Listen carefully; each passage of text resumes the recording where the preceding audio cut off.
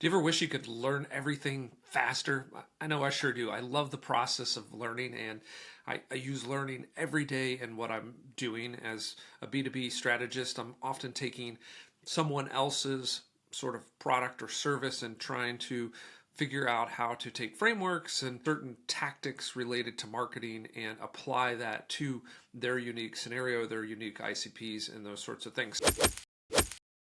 One of the things that fascinated me about this topic is as I kind of looked at some of the other videos and blog posts around learning fast, what I found was what I could have easily done, which is kind of give you some of the techniques and tactics that I personally use. And I think I'm a pretty good learner, and so that would probably serve you well.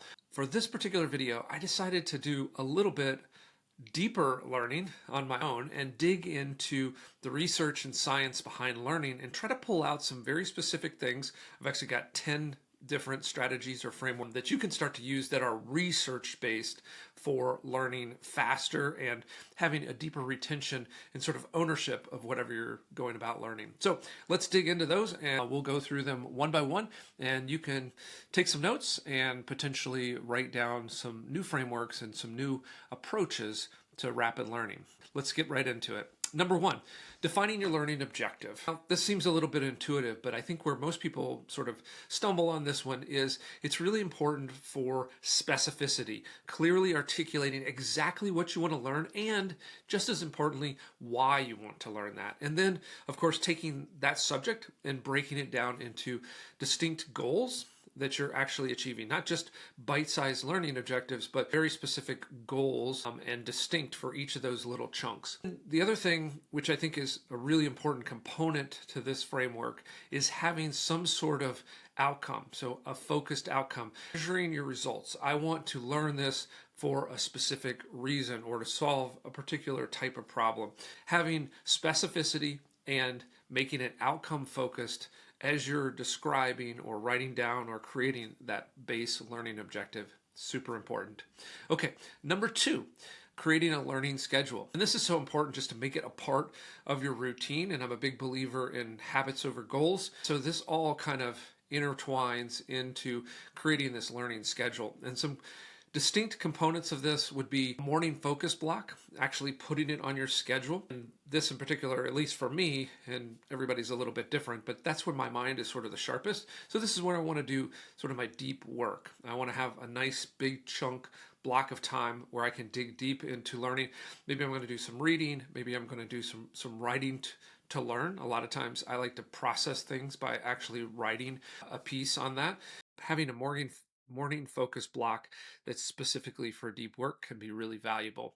And then afternoon, a review block. So there's this concept, and we'll talk about it in here, of sort of spacing out your different learning blocks. It's one thing to spend a lot of time learning something, but to have then another time that's distanced from the initial learning to retrieve and practice and those sorts of things is important. So that's why we're kind of breaking up this schedule. So we've got a morning focus block, afternoon review block. In here, this concept that I was trying to describe to you is spaced recognition. So you're going to use tools like flashcards and those sorts of things to not just reread what you learned before, but you're going to actually try to retrieve it. So flashcards are great for this. It might ask a question and then you try to recall what the answer is. So flashcards are a great tool for that. There's apps that will do similar things. Duolingo is a really sort of popular app for language learning, and it uses this concept, and actually it uses a variety of these. So as you go through this, if you've ever used Duolingo, which I have,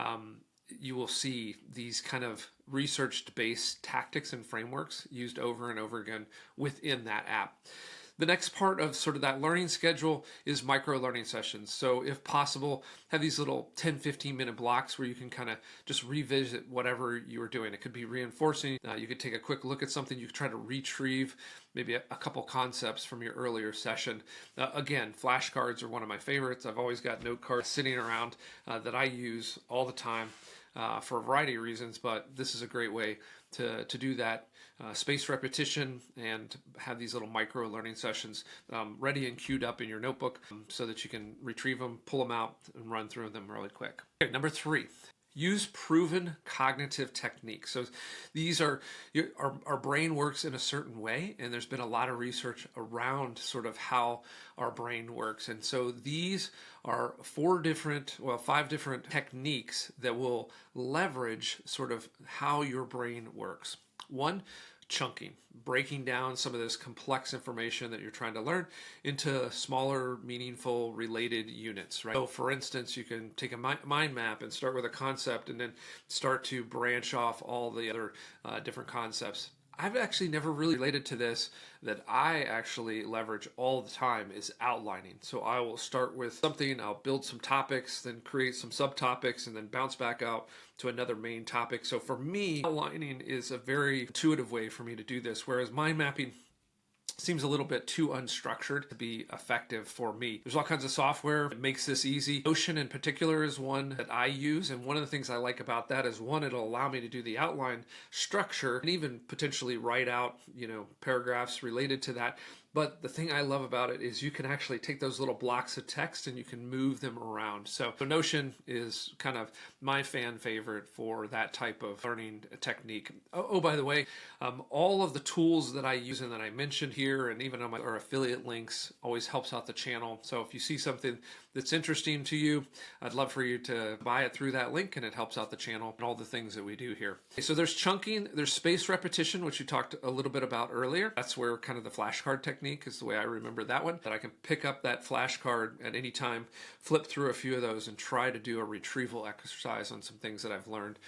That goes right in. So again, actively testing your recall, not just simply rereading your notes. I know this is something that when I was going to school was always sort of a false habit. So we'd take notes diligently in class, and then you come back and you just read over them, and you kind of felt like you knew it. Well, if you don't have this forced retrieval where you're kind of doing the flashcard thing, asking yourself a question and trying to retrieve the actual material, that rereading is going to fall short. So retrieval practice, interleaving. This one again is probably one of those concepts that helps our brain work in a couple of different ways. So interleaving is just to mix up those topics. So this can be a couple different ways. You can either, the topic that you're kind of working on, you can in a single learning session go through several different sort of versions or iterations of that. So maybe you work a little bit on just memory. I keep going back to Duolingo because there's so many good examples in there. So hopefully you've tried that at some point. But there's a portion where you can just do kind of match the Italian word to the English word, and you can kind of do that. So that's one type. And then you can bounce over and you can hear a sentence, and you can try to actually write that sentence out. Certain things, like this one is all about vocabulary, and this one is more about grammar and sentence structure and that sort of things. So you're still learning the same topic, but you're taking different components of it, and you're sort of interleaving and mixing up the approaches to learning, or the different pieces of that larger concept that you're learning. Interleaving is really important. This can also kind of relate to different techniques. So maybe you'll do the flashcards for a little bit, and then you'll switch over and you'll try to draw some visuals. Or you might try to, I'm a big fan of this, is you kind of use this like a whiteboard, and you try to describe it to somebody in a visual way, maybe with some flow charts or some little diagrams. So I think that's a great way to use interleaving as well. Dual coding is kind of what I just described there. So using a combination of visuals and text together, and this helps to strengthen that concept, gives you sort of different ways to lock it into your brain. Text is one side of the brain kind of, and the other side is more visual or creative. And so that dual coding and seeing it in different ways, this can again be sketch notes, infographics, doing some visual, and then labeling that with text. Okay, so that was a lot of sections within just cognitive techniques. So doing approaches that try to help it stick into your brain or work alongside the way your brain functions. So just a recap of using those proven cognitive techniques: chunking, spaced repetition, retrieval practice, interleaving, and dual coding. So let's go to kind of the fourth framework. And this is all about optimizing your learning environment. Some of these are pretty obvious, but oftentimes we fall prey to these non-optimal conditions. So one, just creating a distraction-free zone. Now, having a specific area, like if I were to sit at my desk right here, it's full of distractions. I got little fidget toys, I got my note cards, I've got notebooks, all kinds of things that could distract me. I've got books that I would love to pick up and read. And then of course, I've got my computer right here, which creates all kinds of distractions. So have a particular place, maybe it's a chair, maybe it's a particular desk, just with your learning materials and nothing else that could potentially distract you. The second piece is minimizing multitasking. And so again, this sort of relates to the distraction-free zone. Don't try to do too many things, even up into including, I'm guilty of this sometimes when I'm working, usually on things that don't require a lot of cognitive load on me. I might have YouTube videos going in the background, or maybe music. So be careful multitasking. I know for me, when I'm trying to learn something, it's actually very difficult or not optimal for me to even have music in the background because my brain kind of wanders off into that. So know yourself and make sure that you're minimizing that multitasking when you're trying to do that learning process. And then of course, ergonomics and comfort. Having tea or something to drink, nice ergonomic chair set at the right height with your desk, or maybe just popping in a nice comfortable chair and doing some reading in a deep and intentional way. Is important. So again, those ergonomics, the comforts, all kind of plays into creating a learning environment that's free of distraction. It isn't sort of pulling your mind in multiple directions. All right, number 5, leveraging neuroplasticity with learning enhancers. So this is probably the kind of the deepest sciencey sort of thing, but it has a lot of research behind it. So there are 3 kind of aspects of this, of kind of leveraging this neuroplasticity. One, novelty. And sort of this goes into brain teasers and challenges, just variations to keep your brain engaged. So it could be using different mediums, video versus an instructor versus reading some material. I think one thing in particular, learning that has often benefited me is you can read a lot of stuff online, you can watch YouTube videos, but if I have somebody that's sitting next to me, coaching me or showing me how to do stuff, I'm not particularly mechanical or handy. So in those situations in particular, I can watch 5 YouTube videos and still not understand how to do lay drywall, right? But if I'm working alongside of somebody who is an expert at that or adept at that, it's really easy for me to kind of watch what they're doing and to learn it very quickly, and I'll pick up that skill and I'll know how to do it going forward. So just the novelty of that, changing it up from maybe what is your default learning method or approach can be very effective. It's getting your brain to sort of come out of its sort of typical zone, it work harder as it sees something a little bit different than it's used to. Sleep. This is another one that needs to be prioritized. Of course, a tired brain is one that's not going to work very well. Cramming for, back in the day when we were in school, cramming for exams and that sort of thing, we probably all found that was less than optimal. However, of course, getting the sleep is important, but the other thing you can do that I have actually found very interesting and valuable is to sort of preload your brain before it goes off to sleep. How many times have you had a challenge, gone to sleep, the next morning it seems clear to you what you need to do?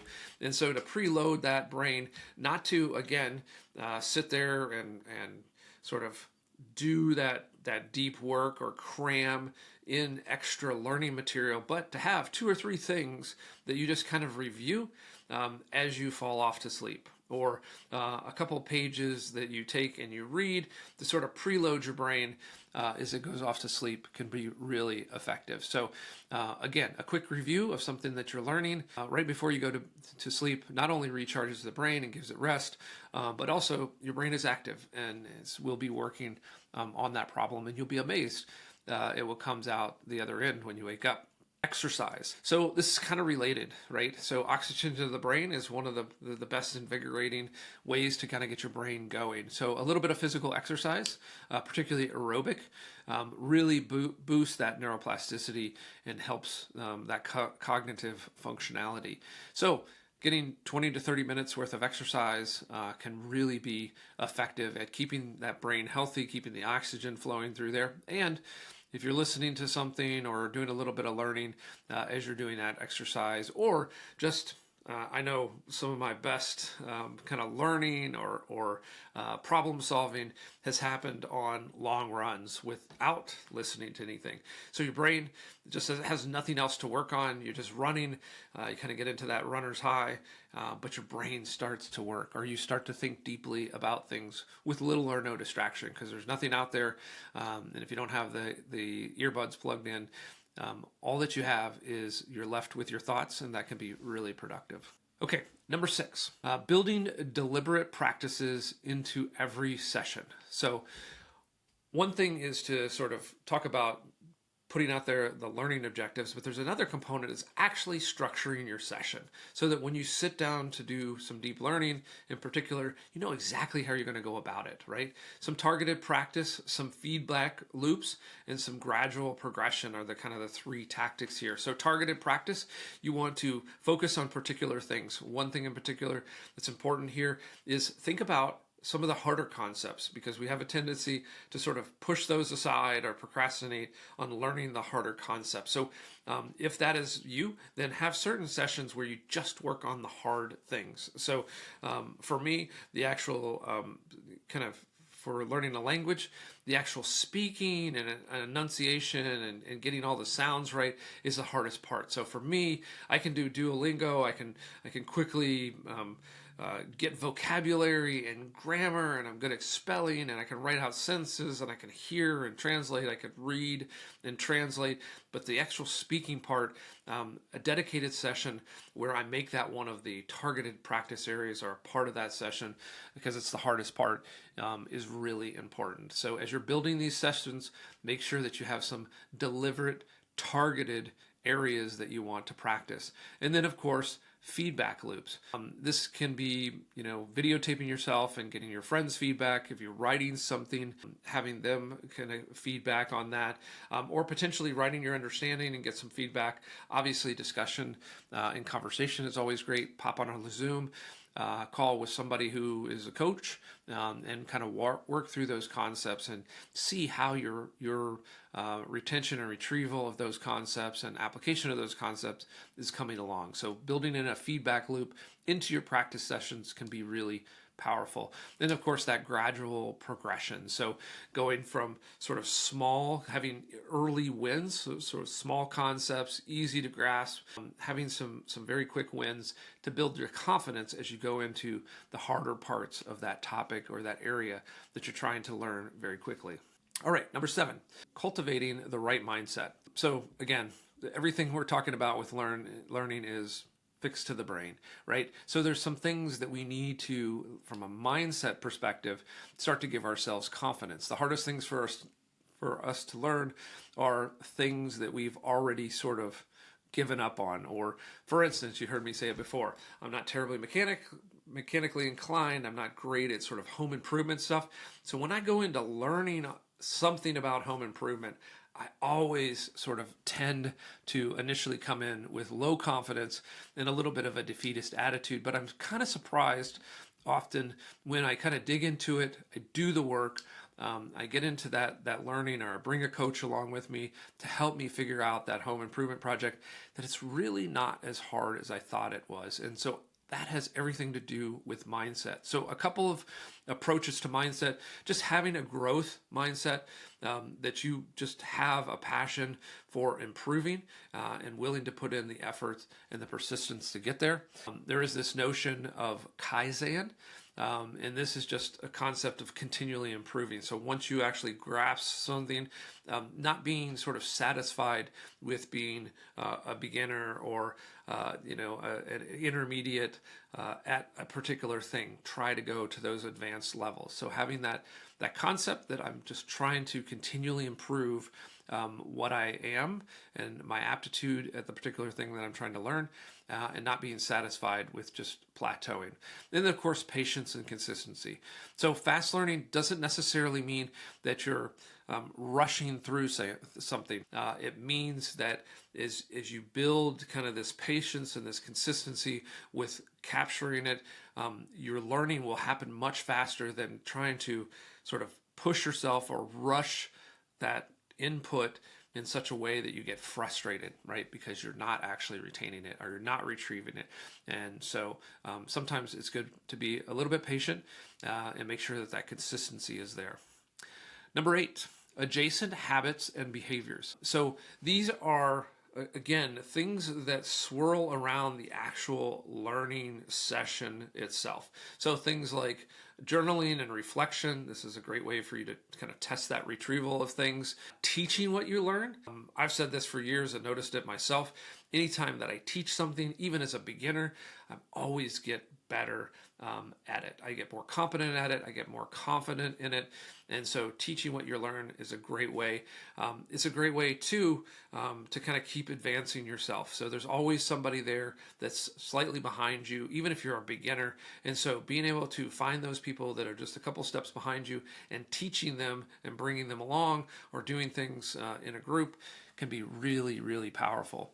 And then multi-sensory learning. So engaging your senses in a lot of different ways. So reading a book while you're actually listening to the audio, and then maybe you see a video with that author talking about the book. So just mixing those senses up, your sight, your hearing, your touching and sound or smell, if possible. So mixing all those senses together will make that sort of stick a lot better.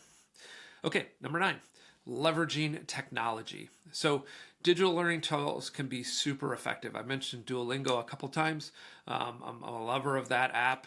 It's been very effective. I love learning languages, and I love to travel. And so knowing a little bit of a language that wherever you travel can be super effective and endearing to the people that you're visiting with and traveling to their home. So let's talk a little bit about the types of things that you'll see inside of these digital learning tools. Spaced repetition. There's a lot of different tools here. Again, this concept of flashcards, so Anki or Super Memo is a way that you can kind of build those spaced repetitions, that flashcards type style of learning concept. Mind mapping, again, lots of tools to do that. Of course, you can do all of this analog with a nice notebook. Note taking. Putting this into Notion or Roam or those sorts of things can help you build up an overall knowledge base. And then just tracking your progress. One of my favorites is just the Seinfeld concept of tracking. And he said, or was asked something related to, how did he become a great comedian? And he said that he would sit down every day and he would write jokes every day. And he had a large wall calendar and he would literally put an X in every day that he did that.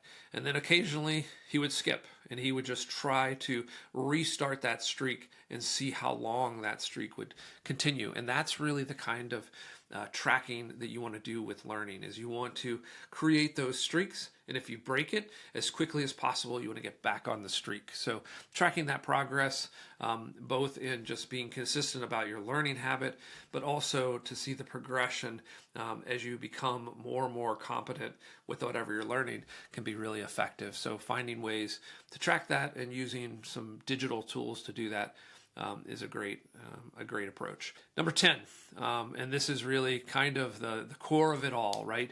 Iteration and refinement. So just having this feedback loop, learning in a group is always some of the best and most effective ways to learn something different.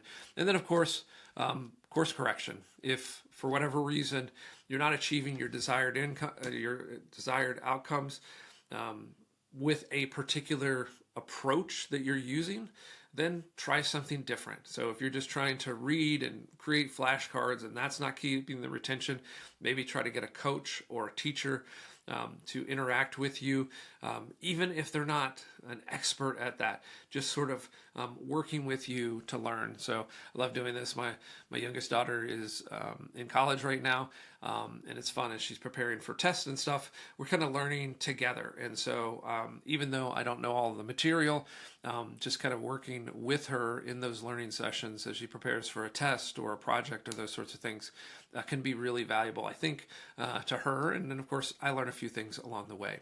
Okay, so those are the 10 basic sort of frameworks, research-based frameworks on learning anything fast. I'm going to quickly hit through all of them, and then at the end, I want to show you a way that you can kind of structure your day to create learning or put learning at the center of even your workday, right? So number one, as far as rapid learning frameworks, number one, define your learning objective. Number two, create a learning schedule.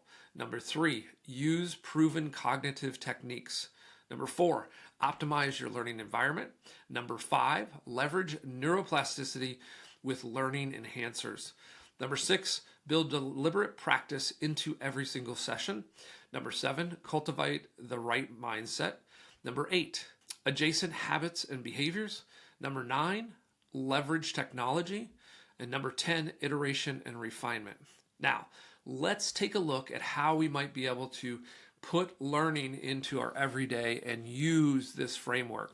So in the morning, slot out in your calendar a 60 to 90 minute deep working session. Inside of that session, you want to be focused, a deliberate practice on a new or some sort of complex material, and then use some cognitive techniques. So even if you're reading a book, is that deep working session, or maybe you're writing as a part of that deep working session, and then you want to add into that retrieval, so or dual coding.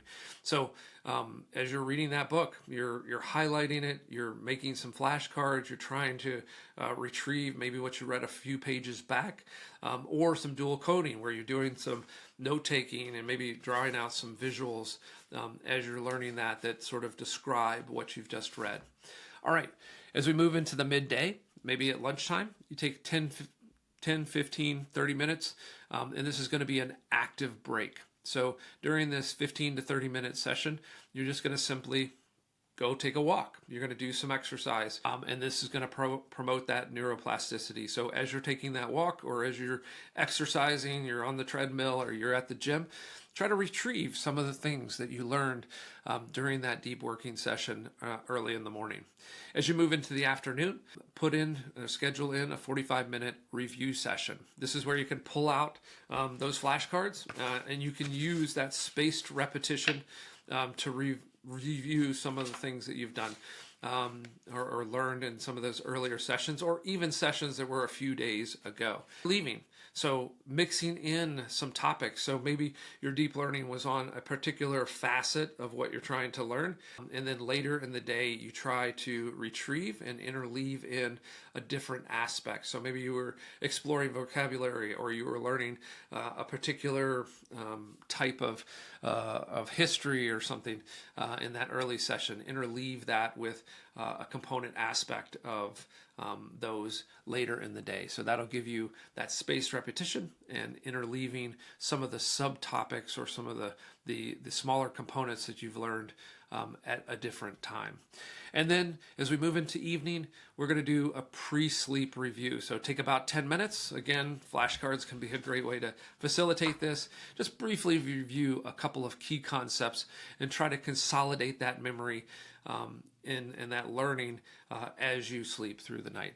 So hopefully that's been helpful. Again, I've tried to kind of interwork some of the ways that I have applied some of this as what I would consider an effective learner. But the most important, if you review these 10 concepts, these are research-based concepts that will have you learning faster than you ever thought possible on some new concepts and some new things that you would like to add to your knowledge base and your life.